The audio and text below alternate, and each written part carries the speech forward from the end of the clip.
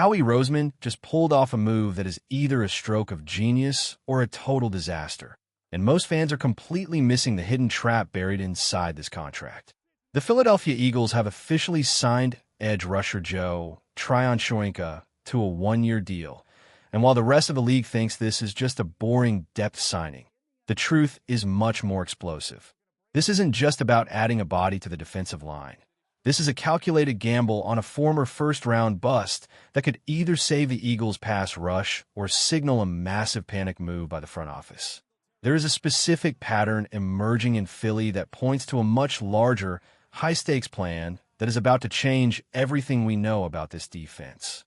Before we dive in, smash that subscribe button if you want the fastest NFL updates on the planet. The league is buzzing because Tryon-Shoyinka isn't your average free agent. We are talking about the 32nd overall pick from the 2021 draft, a man with the God-given physical tools that make scouts drool. At 6 feet 5 inches and 260 pounds, he looks like he was built in a lab to terrorize quarterbacks. But here is the million-dollar question. If he's so gifted, why has he bounced around 4 different teams in his short career? From Tampa Bay to Cleveland, then Chicago, and now Philadelphia. The red flags are waving everywhere. Is Howie Roseman actually a wizard who can fix broken players, or is he just collecting names that other teams didn't want? The answer lies in a strategy that the Eagles have perfected over the years, targeting elite pedigree, players who haven't lived up to the hype elsewhere. But wait until you hear how bad his stats actually look when you peel back the curtain. Looking at the numbers, this situation looks like a total train wreck on paper. In Tampa Bay, he started strong with 4 sacks in his first year and another 4 in his second.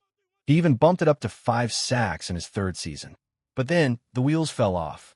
His production cratered to just 2 sacks, and last year in Chicago, he put up a big fat 0. He played only 142 snaps and couldn't even break into a Bears rotation that was desperate for help. This is a guy whose 5th-year option was declined because his original team basically gave up on him. So why on earth are the Eagles acting like they found a diamond in the rough? It's because the Eagles don't care about what he did in Chicago. They care about what he was supposed to be when he left college. Who's to blame for this guy's disappearing act? The coaching or the player? Drop a name in the comments right now. The Eagles are betting everything on their internal development system.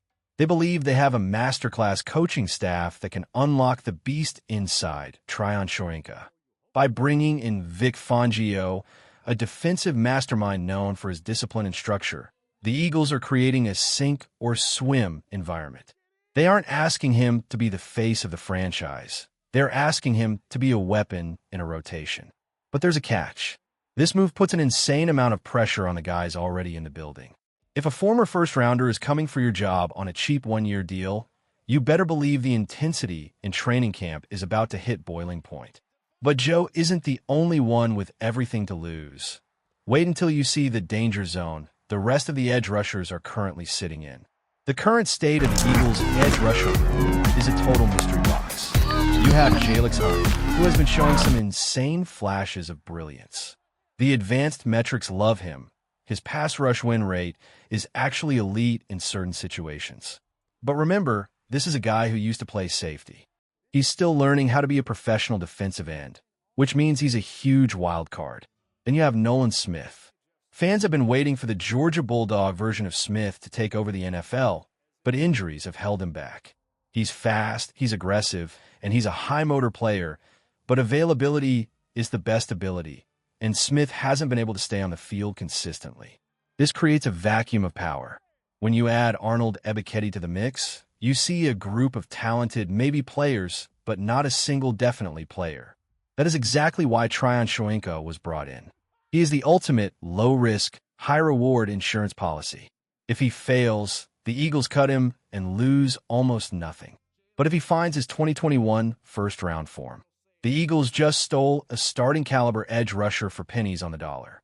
However, don't get too comfortable with this roster just yet, because there's a massive storm brewing that could wipe this entire depth chart clean. You won't believe what Howie Roseman is planning to do on draft night that makes this signing look like a distraction. The truth is, the Philadelphia Eagles are playing a game of roster roulette. By signing Tryon-Shoyinka now, they're giving themselves the flexibility to do whatever they want in the upcoming draft. If a blue-chip pass rusher falls to them, they can still take him and just cut the veterans. This signing is a message to every player in that locker room. Nobody is safe. The front office is creating a culture of urgency. They don't want these young guys feeling comfortable. They want them looking over their shoulders every single day. Think about the mental toll that takes on a player. Tryon-Shoyinka is 26 years old, turning 27. He's at the absolute crossroads of his life. If he doesn't produce in Philly, his NFL career is likely over. He's playing for his life, while the young guys are playing for their spots. This is the kind of iron sharpens iron environment that can turn a mediocre defense into a powerhouse, Smith. Or can cause the whole really dictates team the defense to get pressure. And let's be real, Vic Fangio does not tolerate mistakes. If Joe Tryon-Shoyinka can't handle the complexity of Fangio's scheme, he'll be out the door before the first preseason game is over. But there is one specific detail about his pass coaching that suggests a massive breakout is coming. Tryon-Shoyinka has played for some of the biggest names in defensive coaching: Todd Bowles, Jim Schwartz, and Dennis Allen. All of them are legends, yet none of them could get him to be consistent. Some people say that's proof he's a bust, but the Eagles' front office sees it differently. They see a player who has been tossed around in different systems without ever getting the chance to settle in. In Philly, they have a very specific D-line culture. They attack. They don't react. They hunt.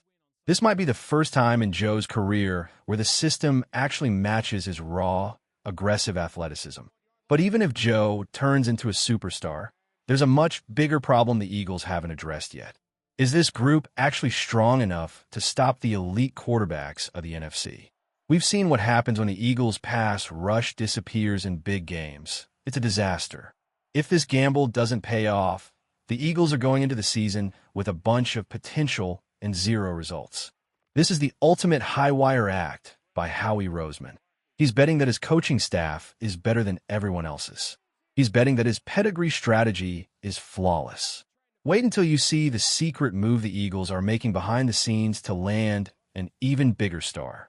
The Joe Tryon-Shoyinka signing is just one layer of a massive, unfolding blueprint. The Eagles aren't just stacking talent. They're stacking options. They're making sure that if one player gets hurt or one player fails to develop, they have three more waiting in the wings. It's a ruthless way to run a football team, but it's the only way to win a Super Bowl. As we get closer to training camp, the heat is only going to turn up. Every single practice rep is now a battle for survival. Is Joe Tryon-Shoyinka the missing piece of the puzzle, or just another name on a long list of failed experiments? The Eagles are gambling that they can do what three other teams couldn't.